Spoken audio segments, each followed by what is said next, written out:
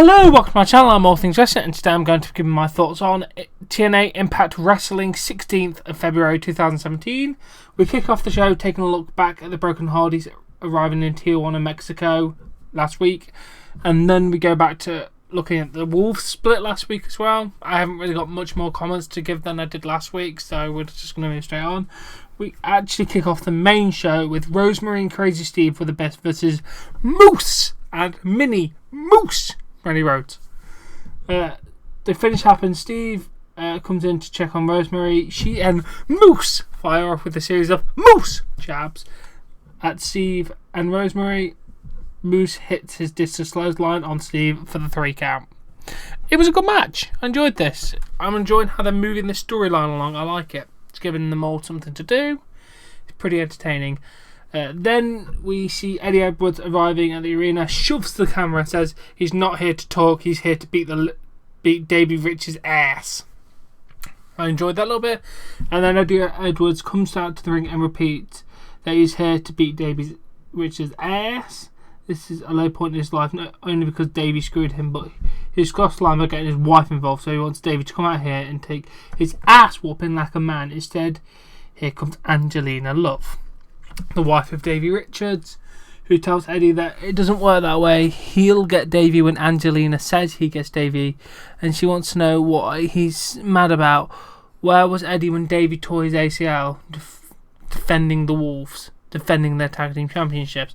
Where was he when she was 9 months pregnant, helping him hop around the house? She said Eddie went off for the world title and blew off his brother, and now she says Eddie can have him. Here comes the American Wolf, Davey Richards. Davey Richards comes out and makes angry faces at Eddie. That was amusing.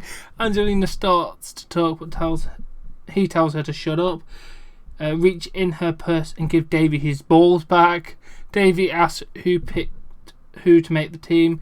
He was a name and Eddie was a nobody. He created the Wolf Nation, and since Eddie turned his back on him, he'll destroy it. Davey said if Eddie is smart, he should turn his ass and walk away, or come down there and expose him for the little bitch he is. Eddie said too late, hops to the floor, and he and Davey charge at each other and stop brawling. Security separate them, but they keep getting away from the security and continue to brawl. Eddie gets in the ring with Mike and says, "This isn't over. I want you in a street fight tonight." That was a great opening promo segment. I enjoyed that bit. To be fair, I'm glad they did this rivalry, which I was looking forward to, and they didn't do it the way I was expecting. They swerved me completely, which is what's even better. And then we see Braxton Sutter and Mike Bennett at Braxton Sutter's bachelor party. Bennett says he invited all of his best friends, to which Sutter says he doesn't know anybody. Then Bennett introduces all of them to his super loser party friends. To be honest, it looked like the worst frat party ever. It was entertaining and I found it funny. Then we moved to Matt and Jeff Hardy in Tijuana. They found the wrestling venue. Matt then goes, "Where can I find the presenter, the promoter, to secure the tag team championships?" As they go through, they find a man in a luchador mask and they speak Spanish to him. He just says, "I speak English, you know." The promoter's down there. And then they find the promoter, and it's Conan. Who would have thought? It's Conan. I will have more Matt Hardy impressions later on. It's just not much in that one. Then we see the ladies for the bachelorette party. Ali set up balloons and pink tablecloths like a kid's birthday party, which Maria hates. Ali doesn't know what she's setting up for. This party was for. Laurel shows off her massive ring. And then Maria breaks it to her that it's a bachelorette party for Laurel, who's marrying Sutter next week, and Ali just looks so sad. Oh, she looks so sad. I feel bad for her. I think this is the point. When she snaps and smacks Maria, it's going to be great. But I enjoyed that segment. Then we go to Kingston versus Jenny Goddards. Jesse goes for the crab. Kingston fights away, but Jesse stays on the advantage with an enziguri. Goddards rolls out and hits a springboard forearm and pins Kingston. Wow, I wasn't expecting that. Kingston lost in a one-on-one match with Jesse Goddards. Naturally, the lights go out, and when they come back up, Storm, Bram, and Kingston are in the ring, but Goddard is at the top of the ramp and he tells the DCC he has their number. I'm enjoying this little rivalry. Let's see where it keeps going, but for now, I'm really enjoying it. Then we go back to the bachelor party where the guys, the guy who can get anything, you know what I mean, drugs. He was introduced. Comes over and tries to help loosen Sutter up, and then he says, "I'm loose enough." And then he went, "Do you want to get? I got stuff to make you tight as well." Wow. Sutter tried to leave, and Bennett said that Maria told him to throw a party, so he threw a party. He best not leave because if the party ends, he has to go home. A fat guy climbs the ladder and jumps off onto the guy who can get anything. It was quite entertaining, I'm going to be honest. I enjoyed that. Then Tyrus is on the set of Facts of Life. He's hosting the Facts of Life next. Then we go to the lady squad, apparently what they're called. I have my notes here. Maria is hating the decorations. Ali has a pinata. That didn't change Maria's mood. Neither did the fun party ons. Ali got games, headbands, noisemakers, everything.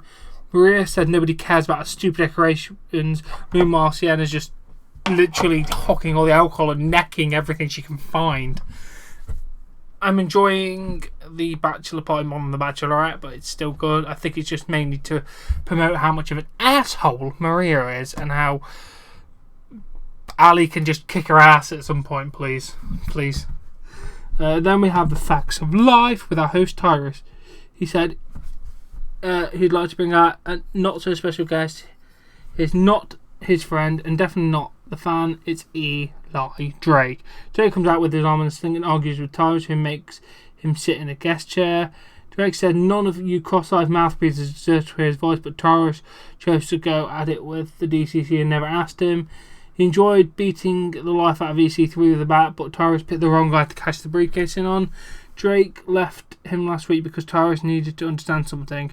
Original reason, apparently he hurt his arm and had to go and do the injury, but apparently he was laid out when he got back, and then he just took out the sling just before this moment. So, yeah. He pays Tyrus to watch his back and walk behind him because he's the guy that paid him to do that. Drake is the guy who gets to be in the main event. Tyrus is the guy who stands on the sideline and watches them. This is his desk, Tyrus, and this is his show. He owns the shows. He owns Tyrus. Tyrus takes exception to that, grabs him by the neck and says nobody owns him. And if he wants to see somebody getting owned, he'll see Drake in that ring next week. Great segment. I cannot wait to see what happens next week. I think Eli Drake's going to die. Then we go to Mexico where one of Conan's flukies walking down the Hardys are here for the championships. Or champions, either way. This is basically seeing the moment when that guy says come on in. A little bit before that, you kind of seen it from two perspectives. I like that. He said they don't want money, just intense to challenge for the titles. Conan has them brought in and said, you heard they don't want to get paid. And Matt says, there is no concern with money. We are just looking for gold. Conan said that show what kind of people they are, and he said the matches are on the Hardys. Even Conan tells his fluky to get as much bootleg Hardy stuff as they can so they can start selling it quick. I give him that. At the bachelorette party, Maria asked Ali if she's got something for Laurel. Ali did not, but Maria gave her a gift and said lingerie, which Braxton will love apparently. I mean, it was literally really see-through lingerie. Any man would enjoy that. She tells Ali that she's a ring bearer for next week and tosses some cake in her face before leaving with the rest of the ladies. That's the last we see of them, and it was a good last segment. It made Ali look really pissed off. I want to see what she's going to do next week. It's going to be good. We are back in Tijuana. The Hardys are getting ready for their match. Matt tells Vanguard won! Map out our exit for when we get the titles! And then we can get straight back onto the exhibition of gold! The referee's blurred out since the Lucha Underground ref they didn't allow him to be shown on TV. The Broken Hardys versus Psychosis and Super Crazy. I know I say that name wrong. I've been calling him that name since 2006, so he's sticking with me. They show clips of the action instead of showing the full match. We see Vanguard 1 meeting with a bunch of women in the locker room. The Hardys win when Matt hits a twisted face and Jeff Swanton bomb on Psychosis for their 3 count. They quickly run backstage to leave while elsewhere Conan tries to run and stop them because they've got the belts. However, they teleport out before Conan can find them. They find themselves back in the Dome of Deletion in North Carolina. There, Matt gets a premonition. I've just had a premonition. Please note it down, Squire. Next week, I will revert to my Egyptian roots to become king of the gold. It is then revealed that they are going to try to win the Mid-Atlantic Tag Team titles from someone who's apparently been undefeated for 12 years. 12 years! That's astonishing if it's true. Then we have a video package hyping Brooke Taskmaster's Sienna match, and Brooke is tired of Maria's power trips. I don't blame her. Then we have that match. Sienna stops short and back elbows Brooke. She hits a fall-away slam in the second one. Brooke avoids the AK-47 and then gets a schoolboy roll-up for the win.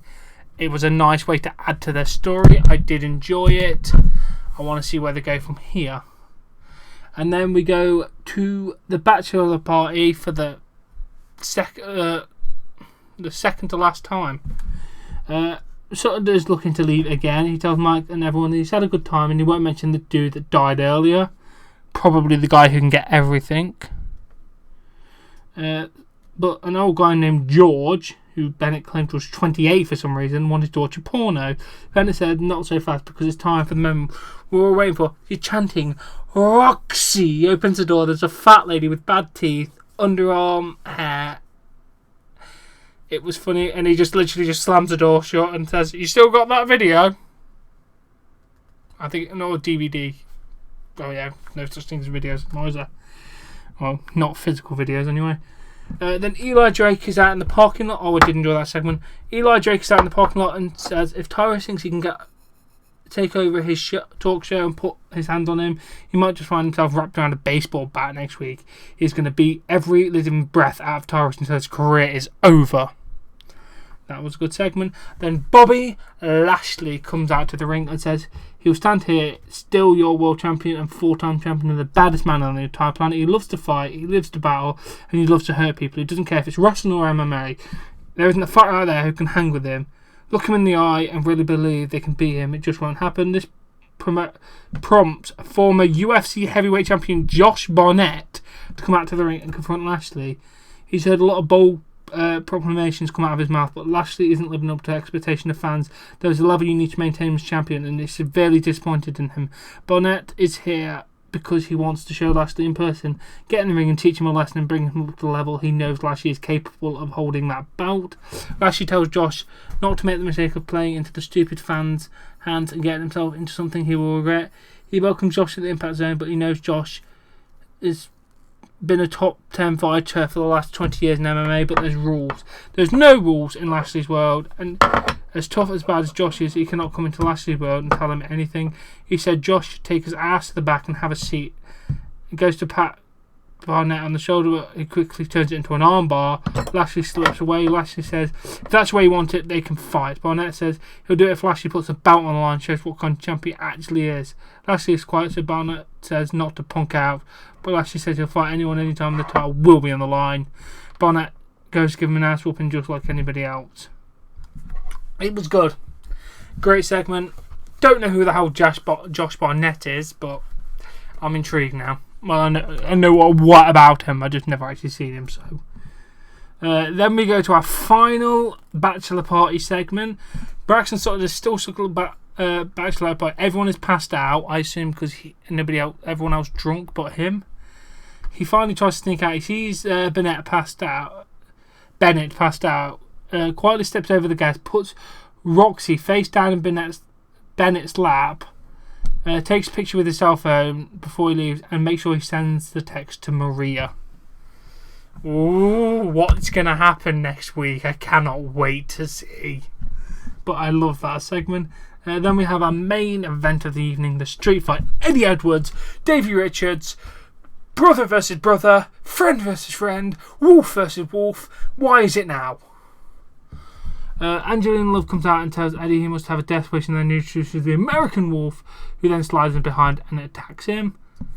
Then the finish happens as Davey's going to hit a rather defenseless Eddie with Angelina at his side. Eddie's wife runs down and jumps on Davey. However, Angelina lays her out with a single hit. She then handcuffs Eddie's wife to the rope and asks Davey for a chair. Eddie covers his wife, so Davey takes a chair and unloads on Eddie.